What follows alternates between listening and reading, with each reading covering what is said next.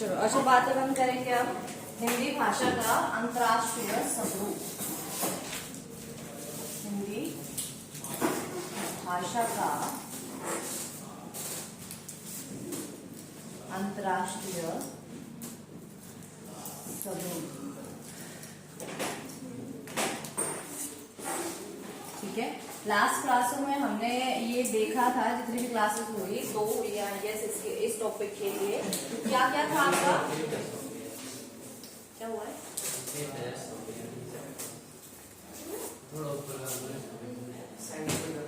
हो ही नहीं रहा है ये, यहाँ से ये टूटा हुआ है एक्चुअली।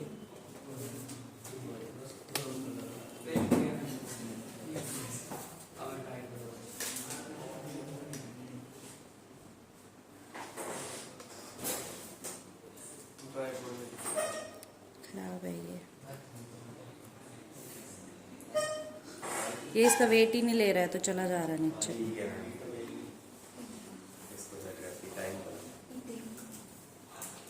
ठीक है इतना, ठीक है।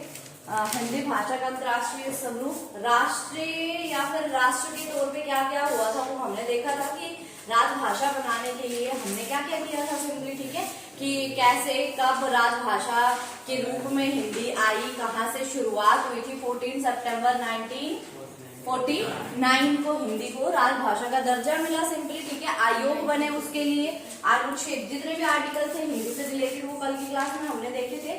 तो आज हिंदी भाषा सिर्फ और सिर्फ हमारे राष्ट्र में या सिर्फ भारत में फेमस नहीं है, बाहर भी फेमस है सिंपली। ठीक है, तो आज का जो हमारा टॉपिक है वो इसी से रिलेटेड रहेगा कि हिंदी भाषा का अंतर्राष्ट्रीय स्वरूप क्या है सिंपली। क्लियर है? सबसे पहले ऐड करेंगे, थोड़ा सा लिखेंगे, देन हिंदी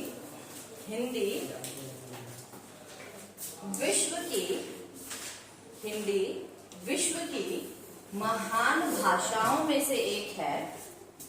हिंदी विश्व की महान भाषाओं में से एक है, महान भाषाओं में से एक है।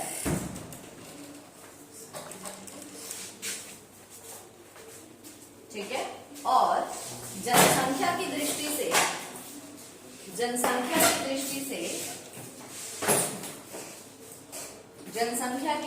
से चीनी और अंग्रेजी के बाद, अलग जो चाइनीज भाषा है और इंग्लिश है, चीनी और अंग्रेजी के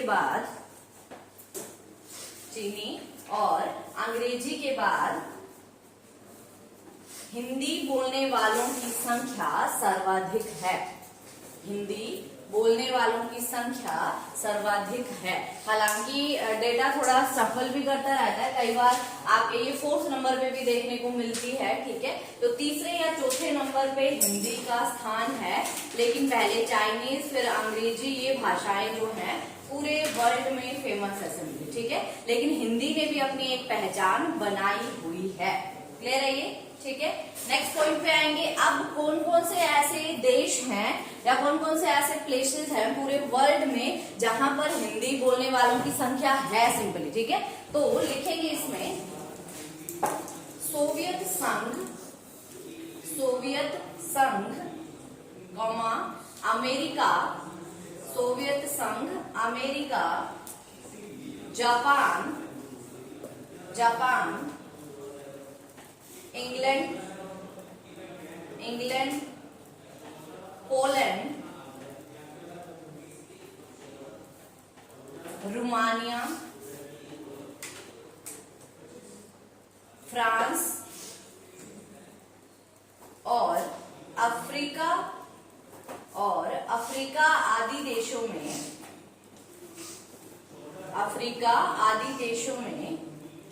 अन्य भाषा के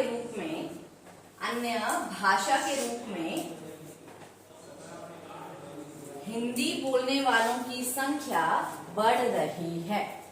हिंदी बोलने वालों की संख्या बढ़ रही है। ठीक है, अफ्रीका, फ्रांस आदि देशों में हिंदी बोलने वालों की संख्या बढ़ रही है। क्लियर है ये? कि सिर्फ हमारे देश में नहीं, पर्टिकुलर ये प्लेसेस हैं जहाँ पे क्या है, हिंदी बोलने वालों की संख्या में बढ़ोतरी हुई है या बढ़ रही है सिंपली। क्लियर है ये? ठीक है। इसमें लिखेंगे मॉरिशस के एक लेखक हैं, मॉरिशस के अभिमन्यु अनंत ने, मॉरिशस के अभिमन्यु अनंत ने, मॉरिशस के अभिमन्यु अनंत ने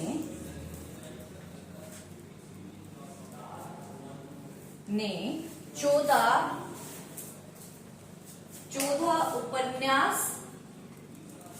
उपन्यास और लगभग 200 कहानियों की रचना की है। मॉरिशस के अभिमन्यु अनंत ने 14 उपन्यास और लगभग 200 कहानियों की रचना की है। ठीक है। और इनके उपन्यासों में सबसे अगर फेमस कौन सा है बात की जाए तो वो है लाल पसीना। क्या नाम है उपन्यास का, नोवेल का? लाल पसीना। ठीक है। इसमें सबसे प्रसिद्ध लाल पसीना है जो 1977 में इसको पब्लिश किया गया था, 1977 में। ठीक है, 1977 में इसे पब्लिश किया गया था।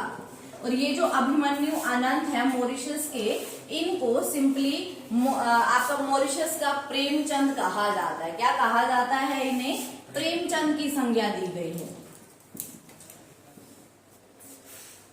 ठीक है, इन्हें मॉरिशस का प्रेमचंद कहा जाता है। भारत में प्रेमचंद फेमस है अपने उपन्यासों के लिए, ठीक है, कहानियों के लिए। तो इन्हें क्या माना जाता है? मॉरिशस का प्रेमचंद कहा जाता है। ठीक है। और ये लाल पसीना याद रखना कि किसका मतलब किसकी रचना है, इससे क्वेश्चन देखने को मिलता है हमें। क्लियर है ये? ठीक है। नेक्स्ट पे आएंगे फिजी। नेक्स्ट पॉइंट है Fiji, Mauritius, Fiji, Mauritius, Nepal, Nepal, Suriname,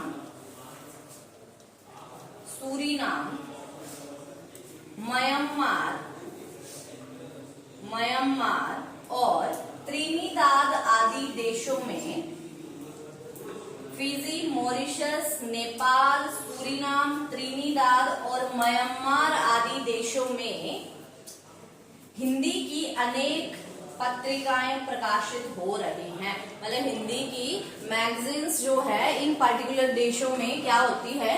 publish की जाती हैं। ठीक है, हिंदी की अनेक पत्रिकाएं प्रकाशित हो रही हैं।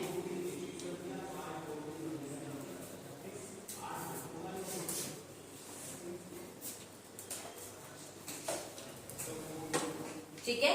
अब हमने देखा कि जो मॉरिशस के अभिमन्यु अनंत थे, इनको क्या कहा जाता है? मॉरिशस का प्रेमचंद कहा जाता है। एक और है हमारे पास जो कि फिजी से है। ठीक है, उनको भी प्रेमचंद की संज्ञा दी गई है, लेकिन वो कौन है उनके बारे में देखते हैं। तो लिखेंगे कि फिजी में जोगिंदर सिंह कंबल, फिजी में जोगिंदर सिंह कंबल को फिजी का प्रेमचंद कहा जाता है। फिजी में जोगिंदर सिंह कंबल को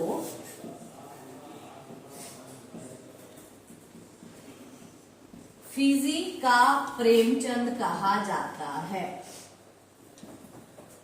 ठीक है, तो अंतर्राष्ट्रीय तौर पर दो लोग हैं जिन्हें प्रेमचंद की संज्ञा दी गई है। एक हमारे पास फेमस अभिमन्यु अनंत, जिनका एक फेमस नोवेल है लाल पसीना। ठीक है, और दूसरे कौन है? फिजी से हैं, और वो है जोगिंदर सिंह कंबल, जिनको फिजी का प्रेमचंद कहा जाता है। इनके अब प्रमुख लेख या उपन्यास कौन कौन से हैं उनकी बात करते हैं। तो लिखेंगे इन्होंने सबेरा 1976 में, इन्होंने सबेरा, ठीक है, 1976 में धरती मेरी माता, धरती मेरी माता, धरती मेरी माता 1978 में 1978 में, ठीक है, और करवट 1979 में, और करवट 1979 में। ये इनके कुछ प्रमुख उपन्यास हैं। ये क्या है? इनके कुछ प्रमुख उपन्यास हैं, ठीक है, कि इनके द्वारा लिखे गए हैं ये।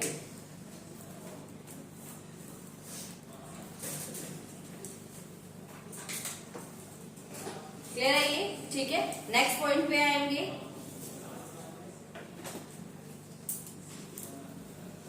और इवन जो फिजी है, फिजी की राजभाषा जो है वो हिंदी है।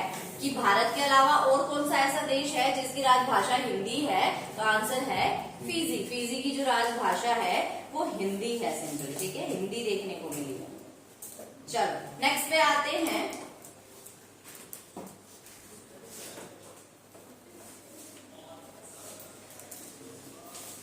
अब जो नेक्स्ट हेडिंग डालेंगे कि विश्व हिंदी सम्मेलन कब कब हुए हैं अंतर्राष्ट्रीय स्तर पे सिंपली, ठीक है, अंतर्राष्ट्रीय स्तर पर विश्व हिंदी सम्मेलन कब कब देखने को मिले हैं।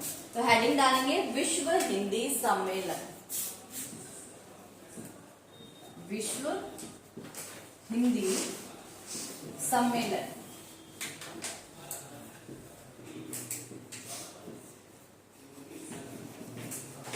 क्लियर है ये? अब हमने यहाँ पे लिखना क्या है कि कब हिंदी का सम्मेलन हुआ, डेट क्या थी और कहाँ पे हुआ था सिंपली, ठीक है। तो ज्यादा पहला दूसरा तीसरा इसको थोड़ा सा याद रखेंगे। तो सबसे पहले लिखेंगे कि पहला कब हुआ था। पहला हिंदी सम्मेलन, विश्व हिंदी सम्मेलन एक्चुअली कब हुआ था? तो 10 से 14 जनवरी 1975 को, 10 से 14 जनवरी 1975 को पहला विश्व सम्मेलन हुआ था। और कहाँ पे हुआ था? भारत में ही, भारत के नागपुर में हुआ था। कहाँ पे हुआ था? भारत के नागपुर में हुआ था। कौन सा? विश्व हिंदी सम्मेलन सिंपली, ठीक है। 10 से 14 जनवरी 1975 नागपुर में हुआ था। और कहाँ है नागपुर? भारत में सिंपली, ठीक है। दूसरा सेकंड, दूसरा हिंदी सम्मेलन कहाँ पे हुआ सिंपली, कब हुआ? पहले 28 से 30 अगस्त, 28 से 30 अगस्त 1980 में, 28 से 80 नहीं 76 में, 1976 में, 28 से 30 अगस्त 1976 में क्या हुआ? दूसरा विश्व हिंदी सम्मेलन हुआ। और ये हुआ था मॉरिशस के पोर्ट लुई में। कहाँ पे हुआ था? मॉरिशस के पोर्ट लुई में। जैसे ये भारत के नागपुर में हुआ, वैसे ही दूसरा जो हिंदी सम्मेलन था वो पोर्ट लुई में हुआ, जो कि है मॉरिशस में सिंपली। क्लियर है ये? ठीक है। तीसरा देखेंगे कि तीसरा जो विश्व हिंदी सम्मेलन है वो कब हुआ था? 28 to 30 अक्टूबर 1983।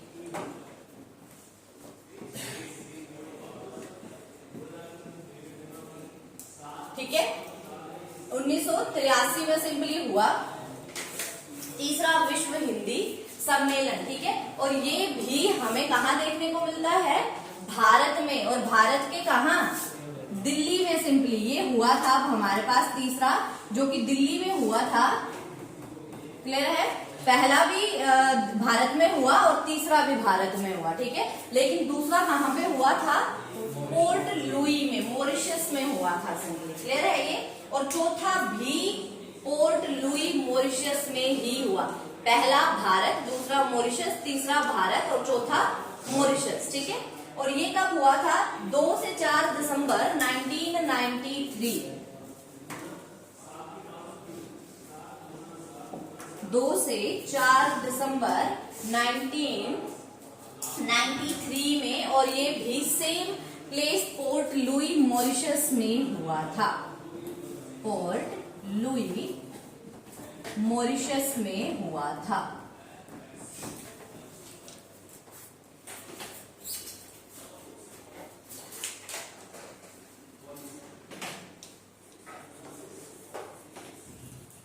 ठीक है, अगर बात की जाए कि इसके बाद भारत में और कौन हुआ, तो जो 10वां विश्व हिंदी सम्मेलन था वो हुआ था इसके बाद भारत में। ठीक है, 10वां, और कब हुआ था? 2015 में। और कहाँ पे हुआ?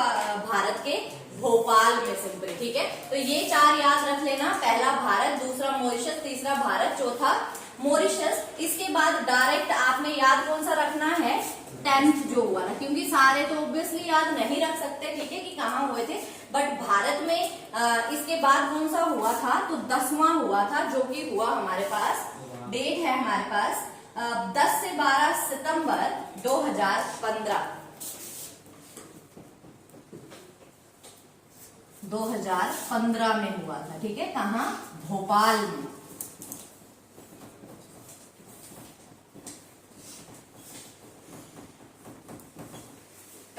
क्लियर है ये? तो कौन कौन से हुए भारत में? एक पहला हुआ, तीसरा हुआ और 10वां हुआ। पहला, तीसरा और 10वां। ठीक है, और बाकी दूसरा और चौथा कहाँ पे हुए? मॉरिशस में हुए। मॉरिशस के पोर्ट लुई में सिंपली। ठीक है, डेट याद रहे ना रहे, ये ईयर आपने याद करना है, इस पे थोड़ा फोकस करना है। ठीक है, बाकी ये तो आई डोंट थिंक ये भूलने वाला है। पहला भारत, दूसरा मॉरिशस, तीसरा भारत, चौथा मॉरिशस, मतलब याद करने को इजी है। और फिर भारत में कौन सा हुआ? 10वां हुआ था इसके बाद। ठीक है, इनफ है अगर इतने भी याद हो जाते हैं। चलो नेक्स्ट पे आते हैं। अगला एक लास्ट टॉपिक जो हिंदी भाषा के इतिहास में हमें देखने को मिलता है, लास्ट बचा है, वो है मानक भाषा क्या होती है सिंपली।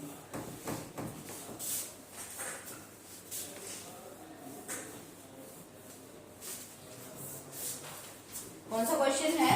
मानक भाषा क्या होती है? बताएगा कोई? क्या मतलब है मानक भाषा का? हाँ जी, सारे बंदे समझ सके। हिंदी भाषा का मानक रूप क्या है?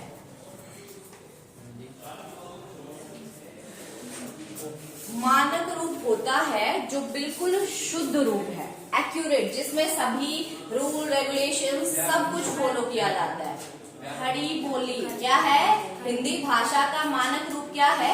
खड़ी बोली। मतलब वो जो खड़ी बोली है वो प्योर हिंदी भाषा है सिंपली। ठीक है, और हम जो बोलते हैं वो हिंदी के अन्य रूप है, जैसे पहाड़ी हो गई, फिर आपकी जो ये अदर देखने को मिलती है, ये सारी क्या है? हिंदी के अलग अलग रूप है। लेकिन जो प्योर रूप है, पूरा एक शुद्ध रूप है हिंदी का, वो कौन सा है? खड़ी बोली है सिंपली। ठीक है, बट उससे पहले ये तो ठीक है, ये बात थी कि मानक भाषा है कौन सी हमारी, लेकिन होती क्या है ये मानक भाषा? सिंपल सा आंसर है भाषा का शुद्ध रूप। क्या है? भाषा का शुद्ध रूप सिंपली। ठीक है, तो लिखेंगे जल्दी से कि शिक्षाविदों या विद्वानों द्वारा, शिक्षाविदों या विद्वानों द्वारा, शिक्षाविदों या विद्वानों द्वारा भाषा में एक रूपता लाने के लिए, शिक्षाविदों या विद्वानों द्वारा भाषा में एक रूपता लाने के लिए, भाषा में एक रूपता लाने के लिए भाषा के जिस रूप को मान्यता दी जाती है, भाषा के जिस रूप को मान्यता दी जाती है, उसे मानक भाषा कहते हैं। उसे मानक भाषा कहते हैं।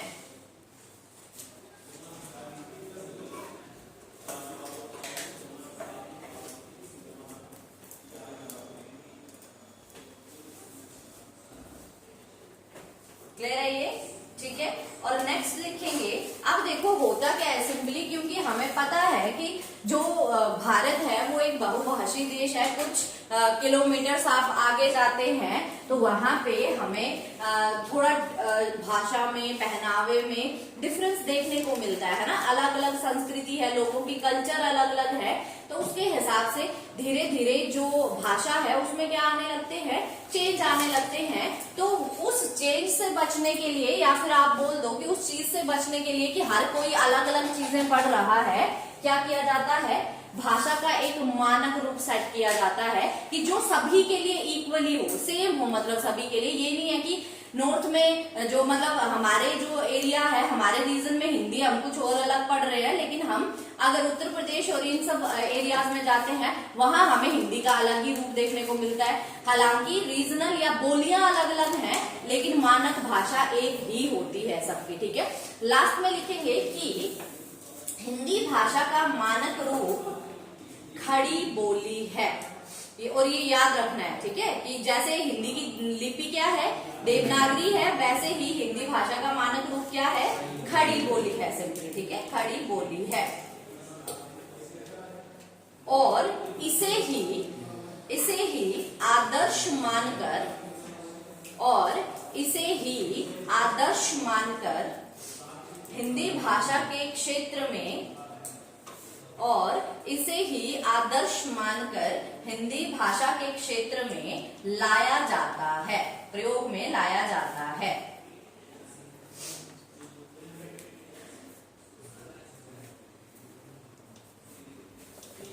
ठीक है, हिंदी भाषा के क्षेत्र में लाया जाता है, किसको, मानक भाषा को। सिंपली क्लियर है ये।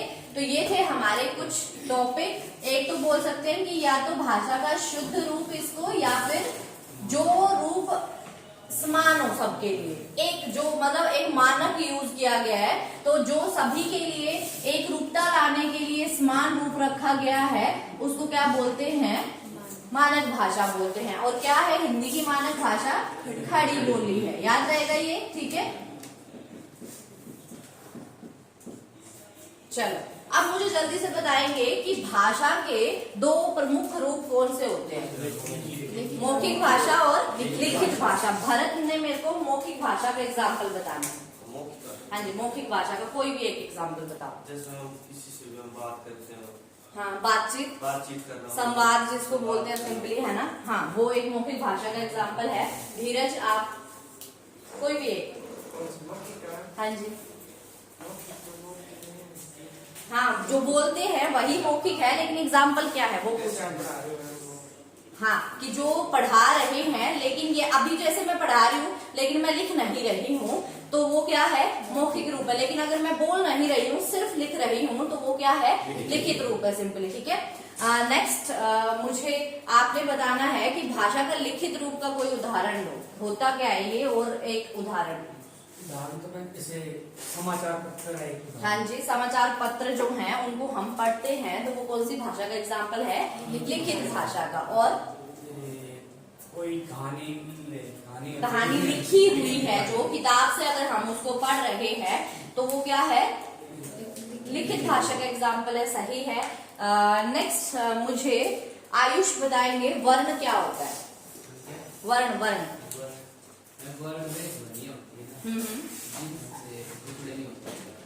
हाँ, जिनके टुकड़े नहीं हो सकते। और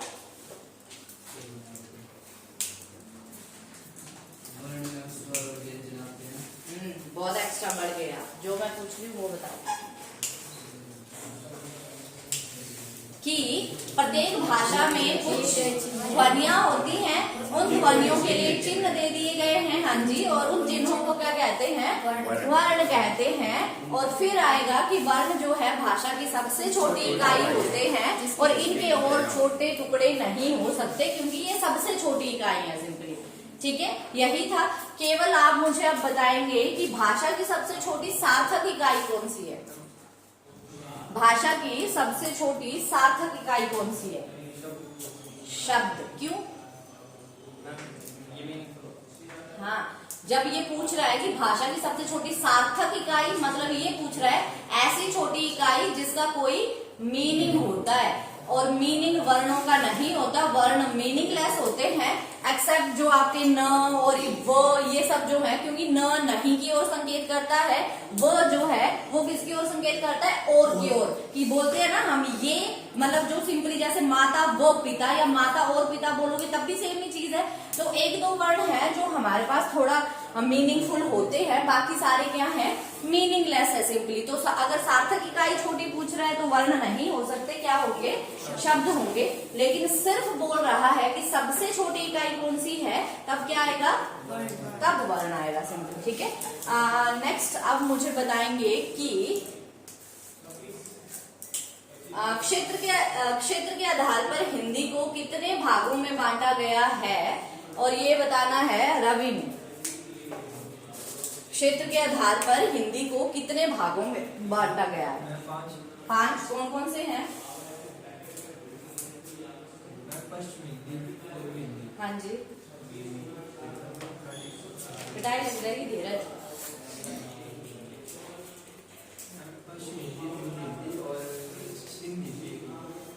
हम कौन सी भाषा बोलते हैं? पहाड़ी हिंदी, है ना। राजस्थानी हिंदी, मतलब क्षेत्र के एरिया वाइज डिवाइड किया गया है। तो 5 कौन कौन से हैं? पूर्वी हिंदी, पश्चिमी हिंदी, पहाड़ी हिंदी, राजस्थानी हिंदी और मगधी हिंदी, जो बिहारी हिंदी, जिसको बिहारी हिंदी भी बोल सकते हैं। ठीक है, तो ये है क्षेत्रफल के या क्षेत्र के आधार पर हिंदी के रूप। नेक्स्ट मुझे गौतम ने बताना है पूर्वी हिंदी के अंदर कौन कौन सी बोलियां आती हैं। पूर्वी हिंदी के अंतर्गत कौन कौन सी बोलियां आती हैं। कल मैंने आपको रिवीजन करने को भी बोला हुआ था कि जितना भी हमारा सिलेबस हुआ उसको आपने रिवाइज करके आना है। ठीक है, तो सुन लिया करो, जब बोला होता है तो मजाक तो करते नहीं है।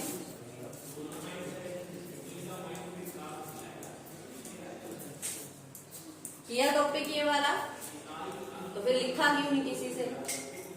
आपको मैंने बोला ना, जब कंप्लीट होता है, अगर बाय चांस आप अब्सेंट हैं तो आपका फर्ज बनता है कि पूछो कि लास्ट क्लास में क्या हुआ था, और वो अपनी नोटबुक में एटलीस्ट नोट्स तो अपने पास रखो। आप बताओ। बघेली। हाँ जी, बघेली, छत्तीसगढ़ी, अवधी। कौन कौन सी हैं? 3, अवधी, बघेली और छत्तीसगढ़ी, जो कि पूर्वी हिंदी के अंतर्गत आती हैं। क्लियर है ये? ठीक है, नेक्स्ट मुझे बताएंगे, आपने बताना है पहाड़ी हिंदी के अंतर्गत कौन कौन सी बोलियां आती हैं प्रमुख।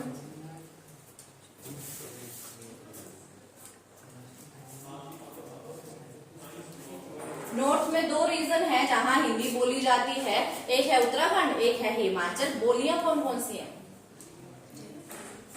हिमाचल के कंटेक्स्ट में आ गई हिमाचली, मेन वही ली जाती है, ठीक है, बोली के रूप में। और उत्तराखंड की कौन कौन सी आ गई? गढ़वाली और कुमाऊनी। ठीक है, कुमाऊनी, गढ़वाली और हिमाचली, ये किसके अंतर्गत आती हैं? पहाड़ी हिंदी के अंतर्गत आती हैं। ठीक है, नेक्स्ट आपने मुझे बताना है राजस्थानी हिंदी के अंतर्गत कौन कौन सी बोलियां आती हैं? मेवाड़ी। हाँ जी, मेवाड़ी, मेवाती, है ना, मेवाड़ी, मेवाती, जयपुरी और मारवाड़ी। ठीक है, मतलब जितने भी राजस्थान के एरियाज है ना, जहाँ पे, तो क्योंकि राजस्थान एक क्षेत्रफल के आधार पे सबसे बड़ा एरिया है ना, सबसे बड़ी स्टेट है, तो उसी के कंटेक्स्ट में राजस्थान के ही आते हैं सारे इसके अंदर। मेवाड़ी, मेवाती, जयपुरी, फिर आपकी मालवी। ठीक है, ये सब है। नेक्स्ट आपने बताना है दीपिका मुझे कि जो आपकी बिहारी हिंदी है उसके अंतर्गत कौन कौन सी बोलियां आती हैं? जयपुरी, बिहारी, भोजपुरी, हाँ जी, भोजपुरी, मगधी, मेवाती, नहीं, ये जयपुरी क्या है, उसका सॉरी राजस्थानी का है, मैथिली, है ना। कौन कौन सी है आपकी? हाँ जी, भोजपुरी, मैथिली, मगही, भोजपुरी, मगधी, बिहारी, ये सारे मगधी या मगही हिंदी के बोलियां हैं सिंपली। क्लियर है ये? ठीक है, तो ये सब था कि क्षेत्रफल के आधार पर हिंदी को कितने भागों में बांटा गया है, और जब आपको रिवीजन करने को बोला जाता है तो रिवाइज करके आया करो। ठीक है, पढ़ के आया करो ताकि आंसर्स देने लायक रहो आप लोग। आर्टिकल्स तो अभी मैं पूछ ही नहीं रही हूँ, अरे पढ़ के आए हैं आर्टिकल्स को। बोला था ना मैंने कल की क्लास में कि जितने भी आर्टिकल्स हुए हैं और लास्ट जितना भी सिलेबस हुआ है वो आपने पढ़ के आना है। आर्टिकल 343 क्या बताता है हमें? आयुष कि हाँ जी बिल्कुल सही, संघ की राजभाषा हिंदी होगी और लिपि देवनागरी होगी। ये कौन बताता है हमें?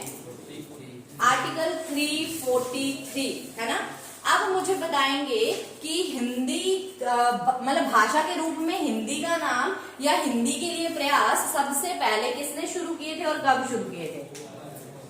किसका नाम आता है? किसको मतलब श्रेय किसको जाता है? मदन मोहन मालवीय। कब? 1901 में उन्होंने उनके ही प्रयासों से सिंपली सबसे पहले हिंदी को जो एक थोड़ी सी पहचान मिली थी कि इसको कोर्ट कचहरी की भाषा उर्दू के समान बना दिया गया था सिंपली, है ना। इसके बाद आप मुझे बताएंगे बाल गंगाधर खरे का जो नाम आया था वो किस कंटेक्स्ट में आया था? क्या कंट्रीब्यूशन था उनका? हाँ जी, क्या थे? बाल गंगाधर खरे आयोग के मुख्य अध्यक्ष थे। जो हिंदी भाषा के लिए आयोग बना था उसके पहले प्रथम अध्यक्ष थे सिंपली, ठीक है। नेक्स्ट मुझे आप बताएंगे कि ये जो आयोग की पहली बैठक हुई थी वो कब हुई थी? 15 जुलाई 1955 को। कब हुई थी? 15 जुलाई 1955 को सिंपली, ठीक है, याद रहेगा ये, ठीक है। 1955 को सिंपली। नेक्स्ट आपने मुझे बताना है कि जो एक और नाम देखने को मिला था गोपाल स्वामी अयंगर, है ना। गोपाल स्वामी अयंगर उन्होंने क्या किया था? हाँ जी, कि हिंदी को जो मतलब राजभाषा बनाने के लिए संविधान सभा में प्रस्ताव प्रस्तुत किया था वो किसके द्वारा किया गया था? गोपाल स्वामी अयंगर के द्वारा किया गया था। कह रहे ये चीज, ठीक है। और कब मिला था दर्जा हिंदी भाषा को राजभाषा का? 14 सितंबर 1949 को, 14 सितंबर 1949 को फाइनली हिंदी हमें राजभाषा के रूप में देखने को मिल जाती है। क्लियर है ये? तो ये था हिंदी के बारे में और ये टॉपिक हो चुका है खत्म। मंडे को आपके पास संडे का टाइम है, कल का आपने अच्छे से पढ़ के आना है। मंडे को इससे रिलेटेड टेस्ट होगा। जितनी भी टर्म्स मैंने आपको बोली हैं वो सारी की सारी पूछूंगी, ठीक है।